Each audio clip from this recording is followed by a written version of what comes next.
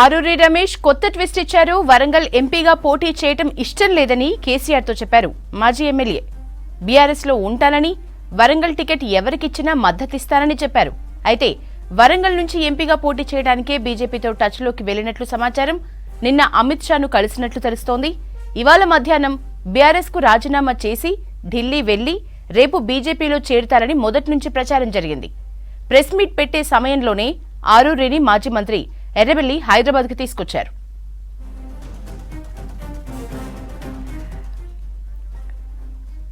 మరిన్ని డీటెయిల్స్ నందినగర్ లోని కేసీఆర్ నివాసం నుంచి షరీఫ్ అందిస్తారు. షరీఫ్, ఆరూరి ఎపిసోడ్ లో ఎట్లా ఉన్నాయి ఈ ట్విస్ట్లు, అప్డేట్స్?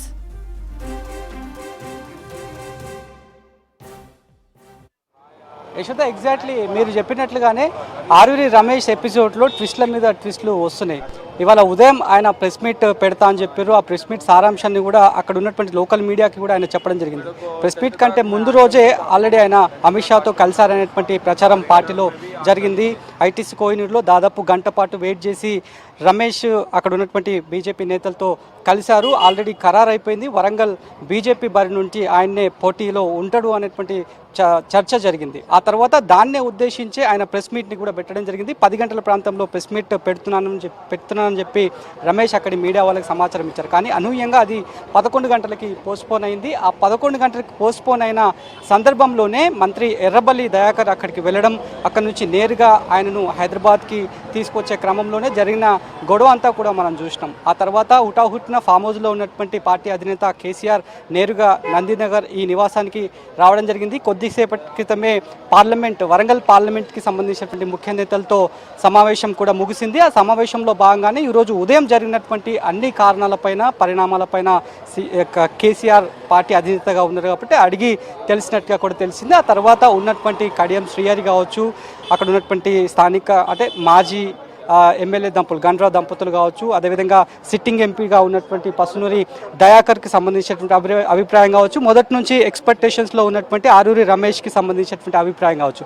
అభిప్రాయ సేకరణ సందర్భంలోనే నేరుగా కేసీఆర్తోనే ఆరూరి రమేష్ నేను ఎంపీ టికెట్ ఆశించట్లేదు, పోటీలో ఉండను, పార్టీ ఏ నిర్ణయం తీసుకున్నా, ఏ అభ్యర్థిని బీఆర్ఎస్ తరఫు నుంచి పెట్టినా కూడా ఒక కార్యకర్తగా హార్డ్ కోర్గా నేను పనిచేస్తా అనేటువంటి అంశాన్ని ఆయన ఎక్స్ సీఎం కేసీఆర్కి చెప్పినట్లుగా కూడా ప్రస్తుతం తెలుస్తోంది. మరోవైపు ఉన్నటువంటి తోటి నేతలందరూ కూడా, ముఖ్య నేతలుగా సమావేశానికి హాజరైనటువంటి వాళ్ళు ఎవరైతే ఉన్నారో వాళ్ళంతా కూడా ఇదే అభిప్రాయాన్ని చెప్పినట్లుగా కూడా తెలుస్తోంది. ఆ తర్వాత బయటికి వచ్చి సిట్టింగ్ ఎంపీగా ఉన్నటువంటి దయాకర్ మాట్లాడుతూ కూడా ఆయన చెప్పడం జరిగింది, ఎప్పటికీ భారీ మెజార్టీతో మేము గెలుపొందుతాం కాబట్టి గెలిపే లక్ష్యంగా పనిచేస్తాం, నేను ఆల్రెడీ సిట్టింగ్ ఎంపీగా ఉన్నా, మళ్ళొకసారి పార్టీ అధినేత అవకాశం ఇస్తే పోటీలో నిలవడానికి నేను రెడీగా ఉంటా, కాదని హైకమాండ్ ఏం నిర్ణయం తీసుకునే నేను తప్పకుండా వాళ్ళకి సపోర్ట్ చేస్తానటువంటి విషయం చెప్పారు. ఇది పక్కన పెడితే నిన్నటి నుంచి జరుగుతున్నటువంటి ఒక హై డ్రామా ఆరూరి రమేష్ ఎపిసోడ్లో మనం చూస్తున్నాం. ఆల్రెడీ ఆయన బీజేపీలోకి టచ్లోకి వెళ్ళారు. మొదటి నుంచి బీఆర్ఎస్లో కూడా ఎంపీ టికెట్ ఉంటేనే నేను పార్టీలో ఉంటాననేటువంటి అభిప్రాయాన్ని ఉన్నటువంటి పార్టీ నేతలకు కావచ్చు, ఆయన క్యాడర్కి కూడా ఆయన చెప్పినట్లుగా కూడా పార్టీలో అంతర్గతంగా చర్చ జరుగుతోంది. ఇక్కడ నుంచి బీఆర్ఎస్ పార్టీ నుంచి సానుకూల స్పందన రాని పక్షంలోనే ఆయన అమిత్ షా సభ సందర్భంగా కోహినూర్ రోడ్లో కలిసిన తర్వాత పలానా వరంగల్ టికెట్ మీకే ఇస్తామనేటువంటి అష్యూరెన్స్ ఇవ్వడము, దానికి కంటిన్యూగానే ఆయన ప్రెస్ మీట్ పెట్టి, అంటే ఆయన షెడ్యూల్ ప్రకారం మనకు సమాచారం తెలిసినటువంటి ప్రకారం ఆయన షెడ్యూల్ ప్రకారం ఆయన ఇంట్లోనే ప్రెస్ మీట్ పెట్టాలి, ఆ తర్వాత ప్రెస్ మీట్లోనే రాజీనామా సమర్పించాలి, బీఆర్ఎస్ పార్టీకి రాజీనామా సమర్పించిన తర్వాత రేపు ఢిల్లీ బీజేపీ పెద్దల దగ్గరికి పోయి అక్కడ బీజేపీ తీర్థం తీసుకోవాలనేది ఆయన యాజ్ పర్ షెడ్యూల్. కానీ అనూహ్యంగా ఒక ట్రయాంగిల్ లాగా ఈ హిస్టరీ అంతా కూడా చేంజ్ అయిపోయిందని చెప్పాలి.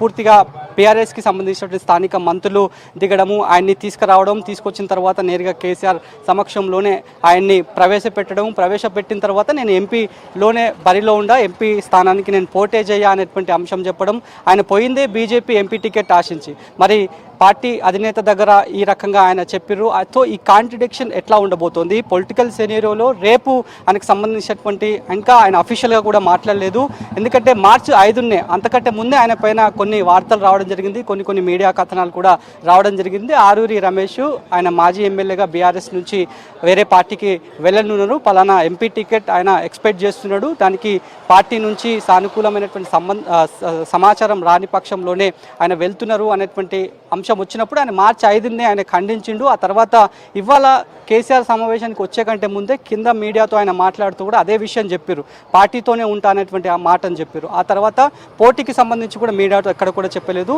కేవలం కేసీఆర్ ముందే ఈ వర్షన్ చెప్పినట్లు కూడా మనకి సమాచారం అందుతోంది. మరి బయటికి వచ్చిన తర్వాత ఆరూరి రమేష్ ఈ జరుగుతున్నటువంటి తాజా పరిణామాలకు సంబంధించి వరంగల్ టికెట్కి సంబంధించి ఏదైనా చెప్తారా, లేదంటే పార్టీ మారుతాననేటువంటి అంశం చెప్తారా, లేదంటే మళ్ళీ పార్టీలోనే ఉంటానని చెప్తారా అనేది ఎక్స్ఎం కేసీఆర్కి సంబంధించిన మీటింగ్ కంప్లీట్ అయిపోయిన తర్వాత ఆయన బయటికి అయిపోయింది ఇప్పటికే. సో బయటికి వచ్చిన తర్వాత మీడియాతో ఆయన ఏమైనా మాట్లాడతారా లేదా అనేది కూడా చూడాలి.